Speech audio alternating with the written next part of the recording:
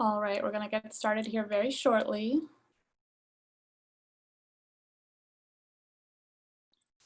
Morgan, are you able to turn back on your video? It looks like my end may have turned it off.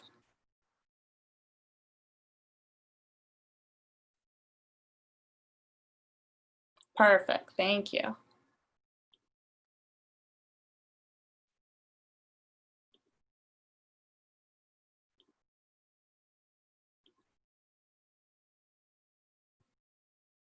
All right. Let's get your sound back and then we will be good to go.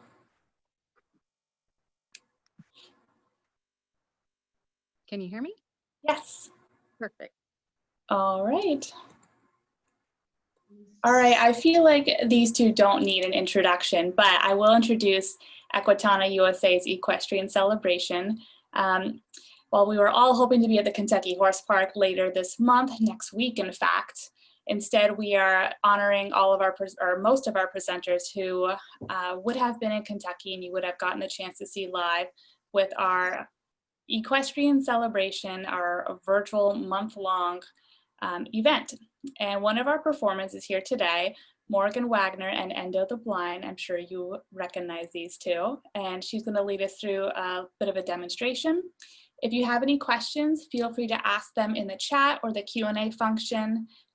When Morgan steps away from the camera, she won't, or we will not be able to hear her. So just go ahead and ask any questions. I will be monitoring them. And when she steps back towards the camera after any demonstrations, we'll get to those questions.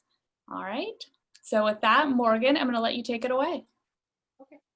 We're going to do some liberty work first, and then I'll come back for questions, and then we can show examples of what he can do.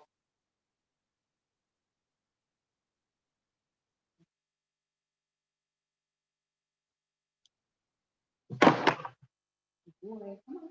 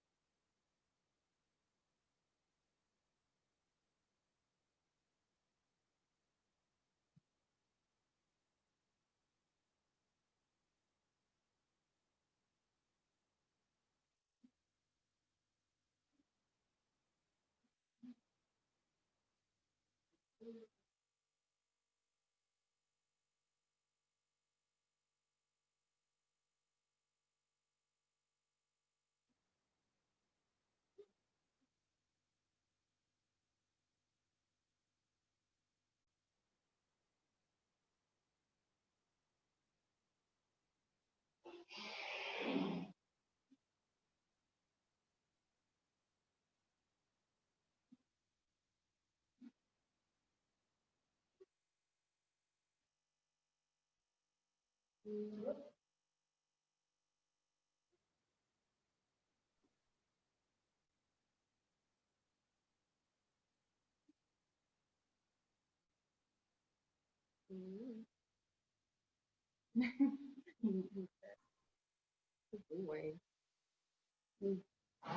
Back up. Back up. Boy. Morgan, for those of, or for the few of us, I guess, that don't know Endo's history, can you explain about his blindness and how that came to be? He had recurrent uveitis, glaucoma, and cataract. They do not know why horses get uveitis. They do believe it has something to do with the immune system, but in studies, Appaloosas usually have it in both eyes, where other breeds only have it in one eye. And they believe it's from an injury and leptospirosis, and the immune system isn't naturally in the eye, and it comes in for the infection, but then it doesn't recognize the eye's tissue as the body's own tissue. Right. So his eyes started flaring up when he was 8, and the flare-ups got worse and worse, and we had to remove his eyes. They call that enucleation at 12 and 13. He's 20 now.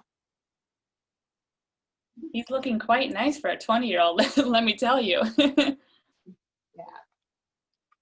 Good boy. And you've had Endo since he was a foal, correct? My grandma was his breeder.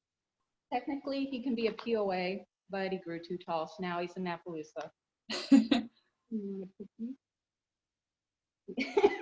you want a cookie? Yeah. Good boy. That's his favorite trick.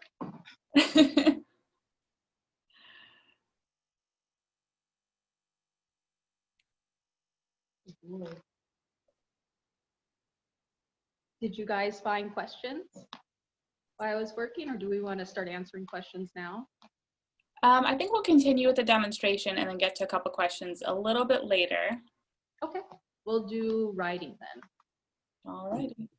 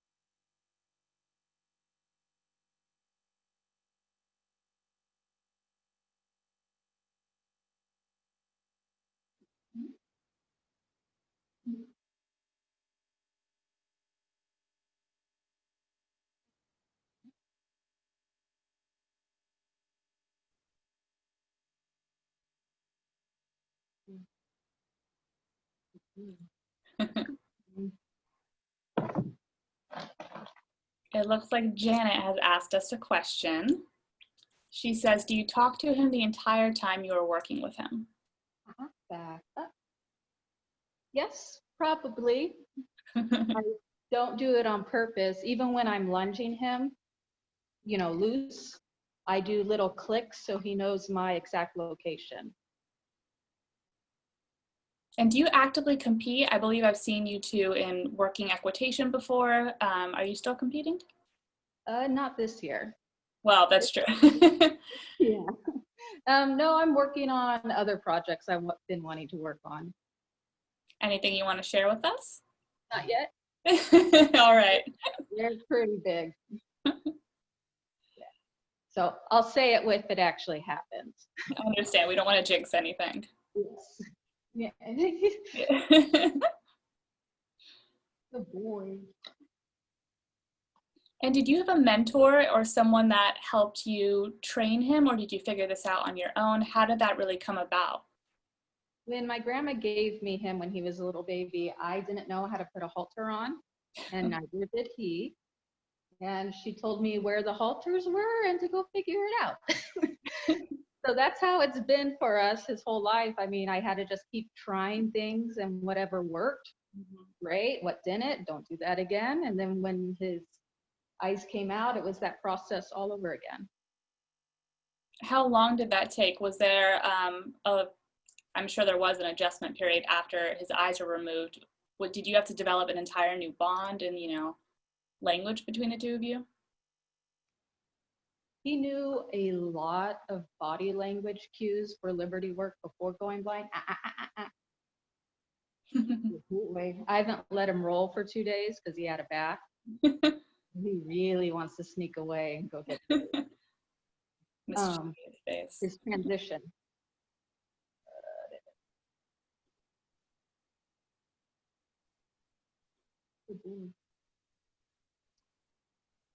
He knew a lot of body language cues, and then when he was going blind, I knew he was going blind because he wanted to be able to tell him if I was holding up my arm or if my back was to him. Right. And so I had to start changing the body language cues to voice cues before the eyes came out.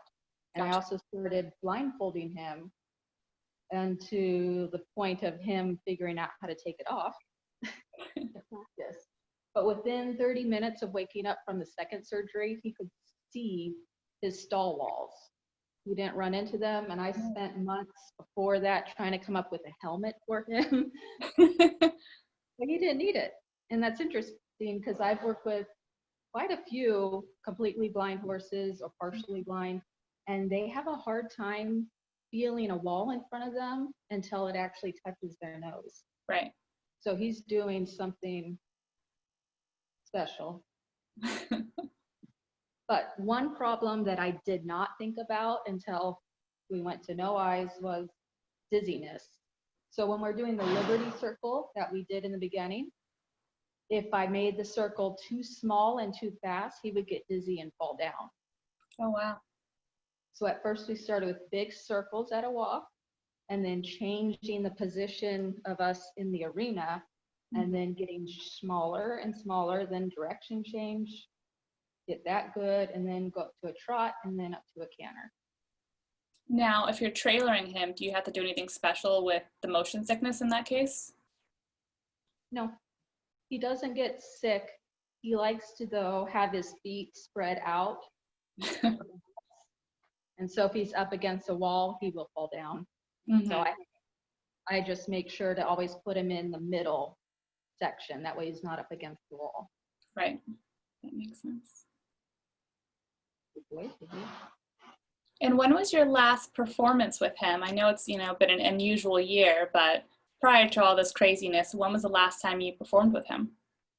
January in Palm Springs. Oh, very nice. Right before the world shut down. Yeah.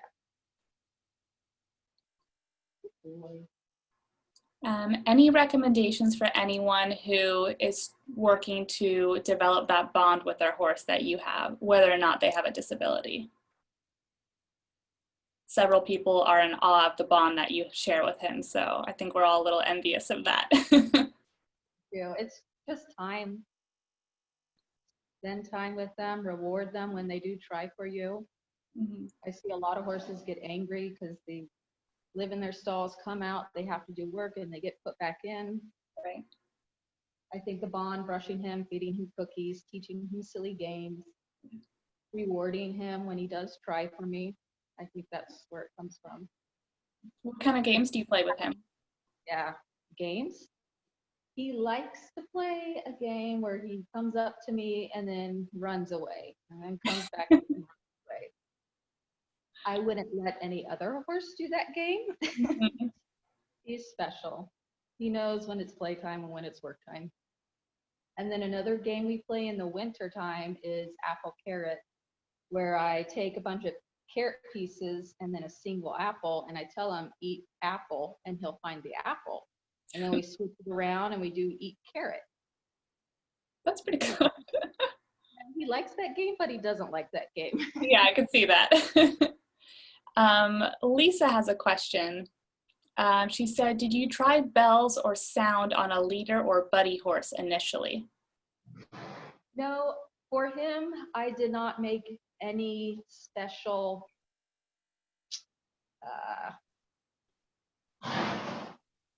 I didn't do anything that wouldn't be there and the rest of the world type thing. So Yeah. I didn't do anything for his fences. I let him figure it out, because now when we go to new places, the fencing isn't set up for a blind horse. Right.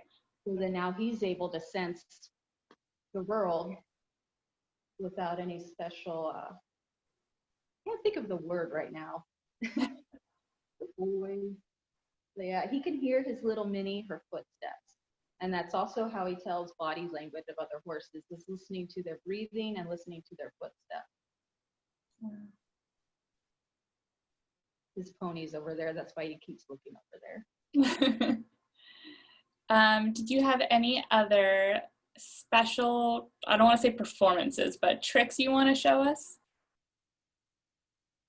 Yeah, I was thinking I can drag over the obstacles and I can show you him sensing them. Perfect, yeah. And it's going to be a little bit trickier. I've noticed new obstacles give off a better smell, and he's able to sense them better. And also when they have sat there for a little while, then their smell. Yeah, he's smelling the cookies. Another one? Good boy. Okay, I'll go grab the barrel. Perfect. To anyone who's just joined, just keep in mind you won't be able to hear Morgan when she walks away from the camera, but she will come back and explain everything that she's doing.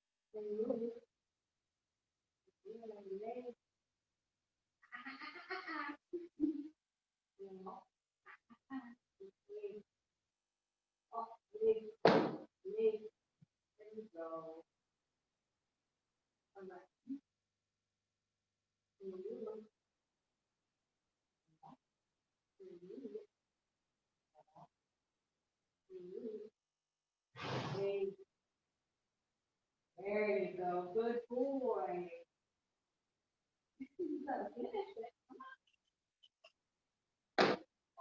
There you go. Good boy.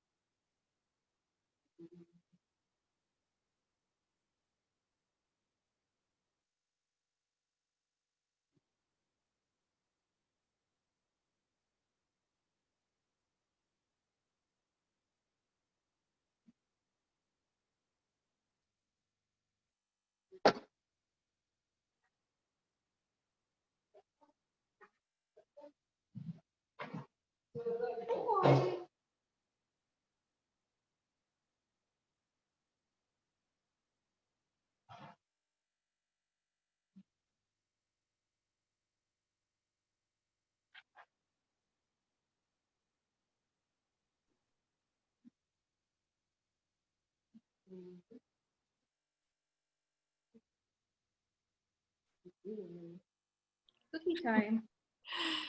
Got a couple questions on this one. Okay. All right, Sheena has asked, in other videos I have noticed you use sounds to direct him. Does each different sound mean something, or are they fairly the same meaning? Which sound? Ooh, you want to clarify, Sheena? It's funny because I feel like I have like my dog training voice. You get like squeaky and like deeper depending on if they're doing something good or something that needs redirection. That's a good question though. Maybe you can go through and tell us about your different sounds. Sure. Back up. Back up. Back up. Back up. Good boy. Head. Head. Good boy. Leg. Good boy. Cookie.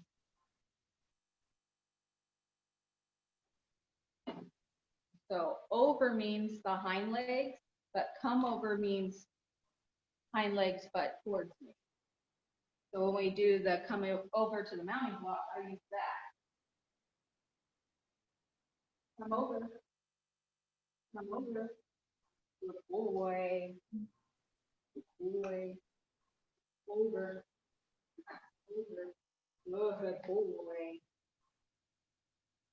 The one people ask the most about, and this might be what she's asking, is the shh cue, and that means to move away sideways. And I made it the shh because that's one of his harder things. He just likes to run forward instead of picking himself up and moving sideways. So I'm able to hold that cue sound until he does it. That makes sense. Another question from Tess. Yeah. Ooh. What do you do when he isn't paying attention or is in a bad mood? Back up. Back up. When he's in a bad mood, usually he just pouts in the corner. It's pretty easy to deal with. He used to be really feisty when he was younger and would wait for me to turn my back before taking off and jumping out of the arena. I would chase him down, and then that's where our liberty work started. Work in the ring, we'll just work out of the ring. That actually makes a lot of sense. So you took his vice and turned it into one of his skills. Yeah, now he'll listen for my footsteps, and he can tell when I go behind a wall. And then that's when he goes for the cookies or for the dirt. Right. What is your favorite demonstration to do with Endo? I like to do a musical performance that I was hoping to do at EQUITANA, and we act out his story. And the music's great. It's my favorite. That's amazing. Hopefully next year we can arrange this. Yeah, so I use cues he already knows, and then I just act out the story. So I talk about him fighting the treatments for the eyes and the medication. So yes, cue. And I'm trying to put the medicine in his eye. Right. And then I keep trying, rear, rear, rear, rear, way, rear, rear. So he's fighting me for the medicine. And then to get him to walk forward after his eyes coming out, I use the leg cue and the back up and walk.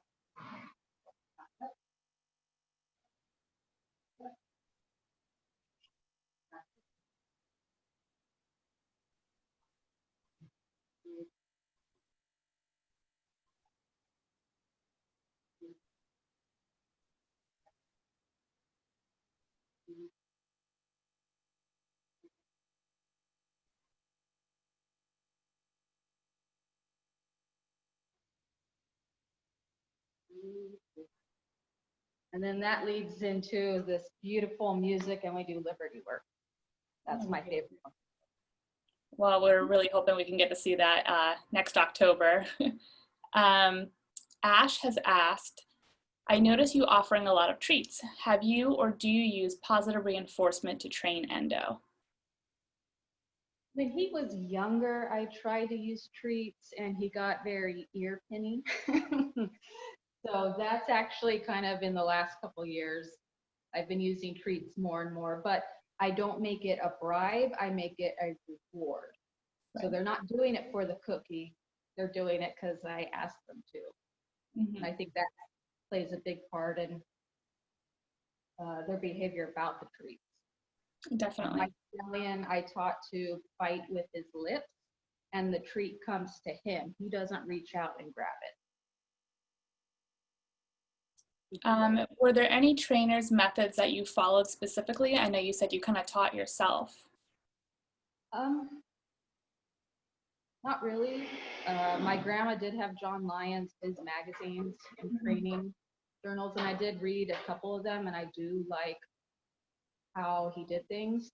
by like teaching a cue for every little thing that you want to do. So you have control of the horse's head, the front legs, body, the butt. And you have control of your horse if you have control of every part of them. Right. He's going to sleep. Are we boring you, Endo? Let's see here. Oh, interesting question. Are you affected at all by the wildfires out in Oregon? Somebody must not be looking at my page. We got evacuated. I'm sorry. We got evacuated and we went to my sister's house. I kind of slept in my car, that way I would be next to him, because the first night he started neighing at 12 a.m. I don't know why. I went in there and then he was fine. So yeah, I spent 5 days in the front of my truck. And we came back just a couple days ago. The power got turned back on, the road got opened back up. So we didn't know if we were coming back to a home. Right. No, so many people haven't. Yeah. Yeah. So they did get it stopped or slowed down. I don't think it's stopped yet, but it's under control. Good. I don't know if you can see the smoke in here. There's quite a bit. Oh. I've been doing any canter work with my horses. Yeah. I probably worked them hard for at least 2 weeks.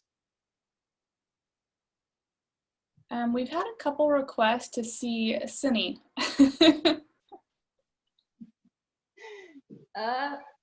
I'll do that at the end. Okay. He gets a little worried when she's around, and then he stops paying attention to everything else. So if I bring her out, he's going to wonder where she went when we're all done. Anything else you'd like to show us with Endo? I did bring out my bag and the stick, and a lot of people asked me about the spooking in place and how I dealt with that and trained him to be like that. Before going blind his whole life, he was a very, very spooky horse. So I taught him to spook in place because that was easier than de-spooking him to everything in the universe. But after he went blind, that's one thing that I felt we really needed to work on for safety for me and other people in the barn, vets in the farrier. So I started small and easy, and now I've raised the bar probably.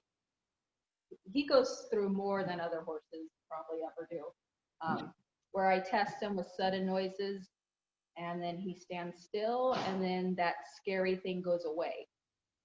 But I don't take it away until they're breathing. I don't want to take it when they're ready to blow like this, when they're relaxed, and then it goes away. So then they learn every time a scary thing comes, and then my owner's with me, I just need to stay calm, focus on them, and it goes away.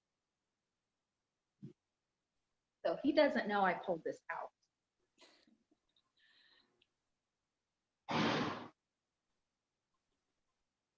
Well, he does kind of now. Those good ears. But things like this I did when I was riding him, kept it tucked up underneath my arm and then coming out of nowhere and then going away. That way when I'm cantering him at events with judges and people around, he's not going to jump sideways onto somebody, so it's for safety. Little boy.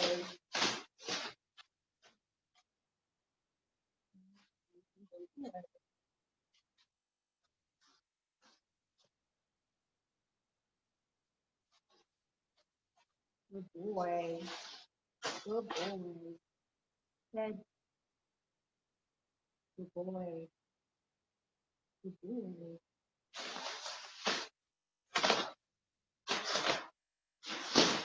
Good boy. Good boy. Boy. Cookie time.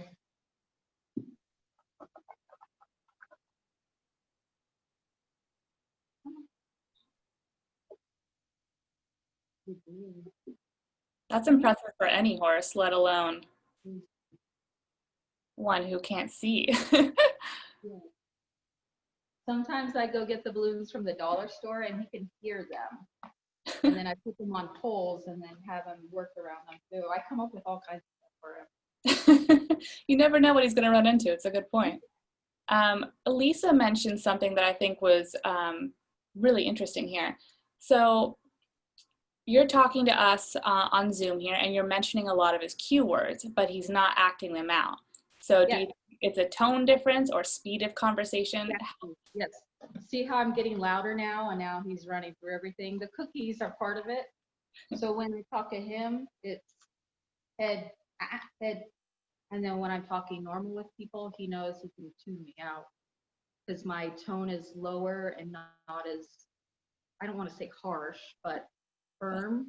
Yeah. Softer and lower people. Yeah, so he understands the tone.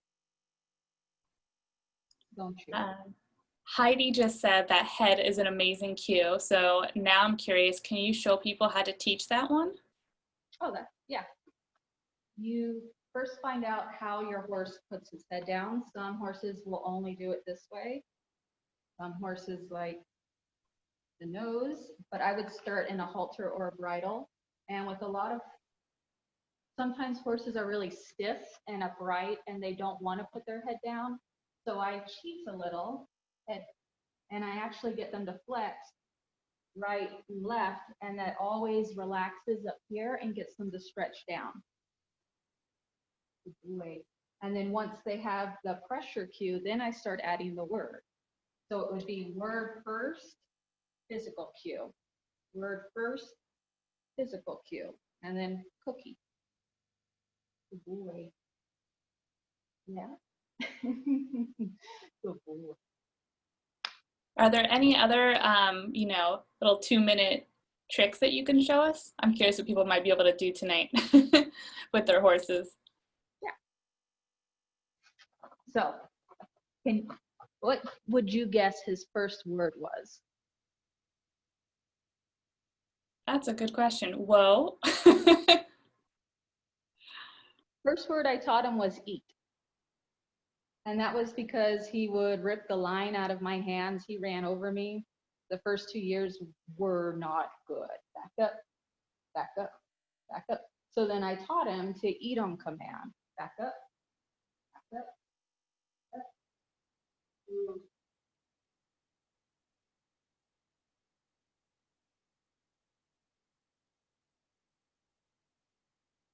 So when he's paying attention to me and not the food in front of him, he knows where my hands are. Then I would also do that head down cue and say,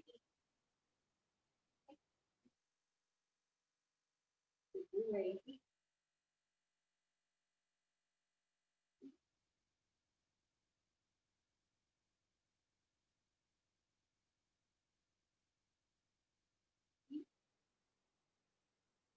Good boy. And that's helped us a lot. Sometimes I will drop a carrot and he can't find it, so I have to bring his head over and I tell him eat, and he knows exactly what to do.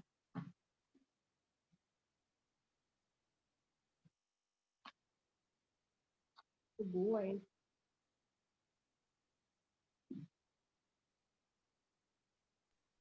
Now we got another question.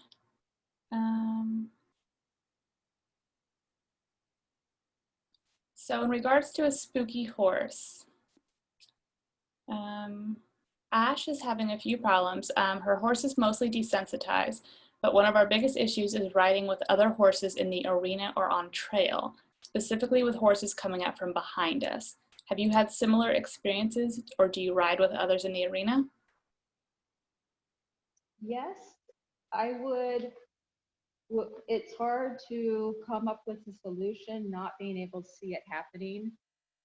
Is there trauma in the past? Did a horse attack them? There's a lot of questions there, just online. I would maybe start far away and then build it up, and then start at a walk and build it up to a trot and canter. I would just start small, baby steps, break it down. She mentioned, I think it's pronounced uveitis. Uveitis? Uveitis, thank you. Yeah, the pony has that, so. Okay.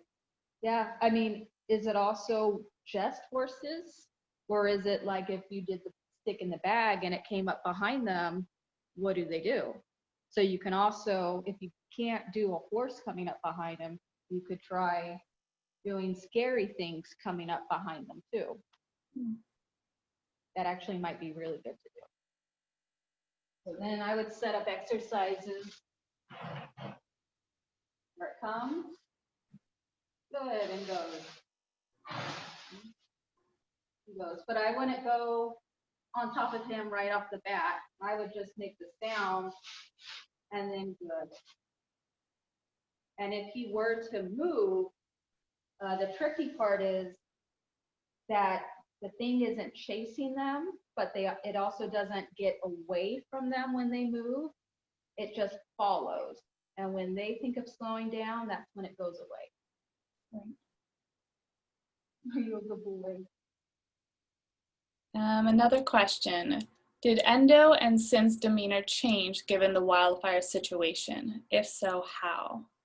Interesting. No, that's not bothering him. He is a little, I wouldn't say sad, but he is kind of a little mopey and sleeping a little more just because he's used to us doing something every day. I've just been keeping them inside because there is quite a bit of ash out there. I need to clean it up first. And do you have any idea when your next performance might be?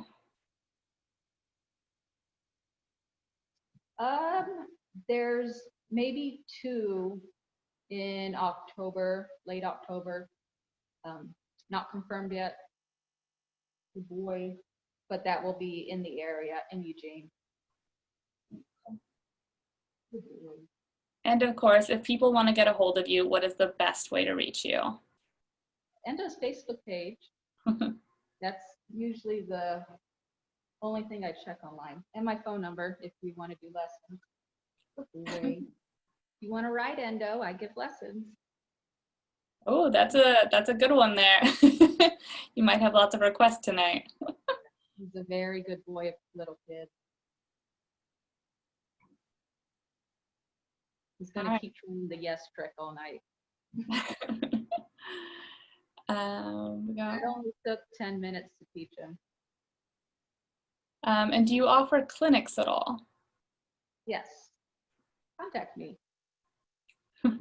Boy. Back up. Back up. Back up. Boy. When you're teaching children to ride Endo, what are you focusing on the most? It depends on the kid. Because sometimes I'll get a kid that's really excited, and then once we set the kid on him, they're screaming and crying. So we have a routine where we break it down into smaller steps. So I tell the kid, I'm going to lead the horse, and they just hang on, and then we take a couple steps and stop, and then do it again. And then when the kid's okay with that, then we take one hand off the saddle, and then I lead them around still. And then instead of me telling Endo to go, I tell them to kick and say walk, and he does walk, and I build up their confidence that way. And then within 10 minutes, they have a huge smile on their face because they're able to steer and stop him. A few more questions. One from Heidi. I'm starting to teach a leg lift for a mirrored big walk. How have you taught that to Endo? So I usually do it if they're tied in the beginning or with a halt turn lead rope on. So then if they're not getting it, I can pull with the line to get them to step. And then I do a cookie or I scratch their neck with a curry comb. So if they're tied, I just tap and annoy them like a fly and then cookie. And if they don't pick up, I just increase the tapping until they do. But I always try the lightest tap first. And then once they have one leg done, then I introduce the other one. They seem to get confused if I try to do both of them at the same time. And then once they have them both, then we start trying to walk. But that usually has to be broken down to stop, leg, stop, leg, stop, leg, you know? Black. And do you teach bareback riding? Depending on the student. Endo's kind of always clean and shiny and slippery. And is there anything else you'd like to share with us before we close it out and perhaps bring out Cindy? I don't know, we covered a lot of stuff today. Mm-hmm. She's going to be looking at everything that I have out here. Even she's very aware if I change anything in the barn. I haven't really worked with her the last year just because the COVID, I haven't got a chance to take her to the nursing homes, and that's usually what I do with her. Right. Oh, we got one more question. How do you teach yes? Yay, I was hoping somebody would ask that. So again, with the stick, I just kind of annoy like a fly would. And what happens when a fly flies like this? You get that. And then so I stop when you get that head up and down movement, and then cookie or the curry. And then I add a word to it once they get the flicking. Good boy. And I say yes, flick, flick, flick. Good boy. And then I say yes, good. And then I don't have to do the flick anymore. I taught him though a pressure cue right back here. So when I'm talking to people, all I have to do is touch it. Yes. Oh, I said the head word. Yes. There you go. Yes.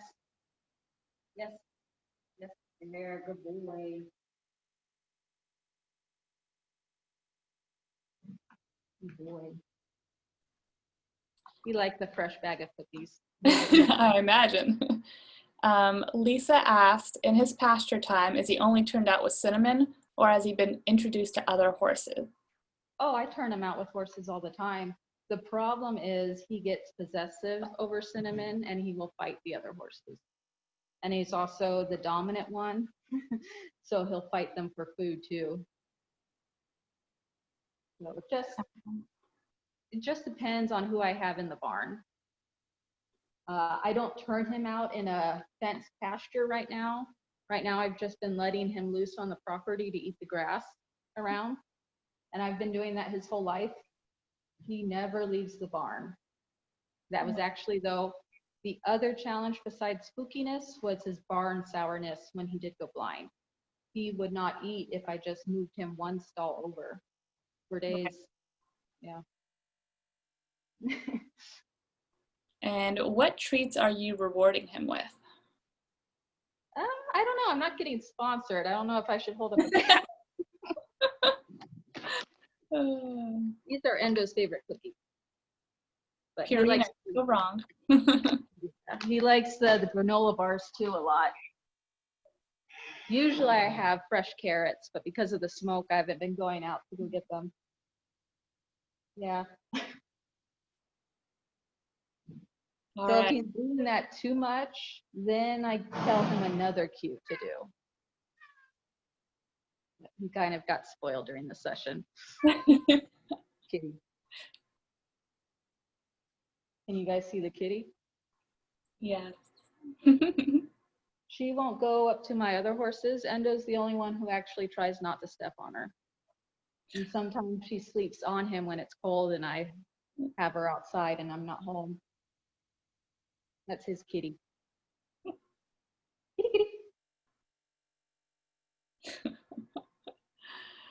All right, I think we're about to wrap up here, Morgan. Is there anything else you wanted to share with us? I guess I got to go get the mini. Let's go get little Fluffy. I'll be right back. All right. While Morgan goes get Cinnamon, I just want to let you guys know that we have a lot more coming up next week. We'll be sending out an e-blast on Monday morning with all the week's activities. And again, feel free to reach out to us if there's something that you want to see or a presenter you want to bring in, or even just questions you have. Please reach out to us. You can reach us through the EQUITANA page on our social media. We're very responsive and we're a group of equestrians, so we get you. And typically you get us excited when you send us questions. So please do that, and look forward to what else we have. Oh, I'll let Cinnamon take over.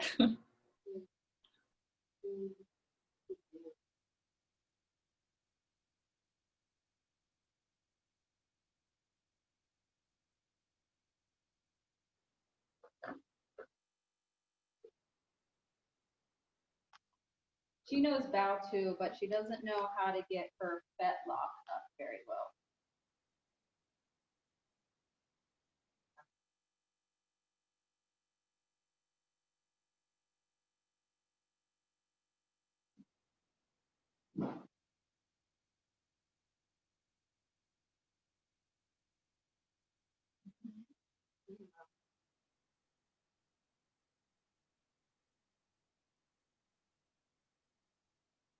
Good girl.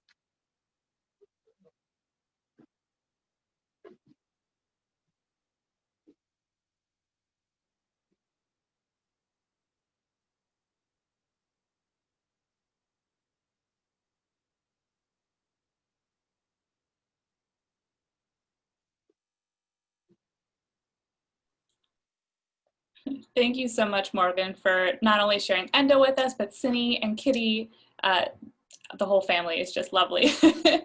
Unless there's anything else, I think we're going to wrap it up here.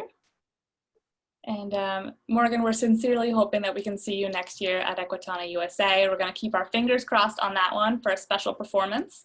And until then, reach out to yes, reach out to Morgan via Endo's Facebook page, and reach out to us on equitana.usa.com or any of our social media channels. And we're here for you, and we're excited to listen to what you have to say. So until next time, thank you so much, Morgan. Right. Thank you, guys.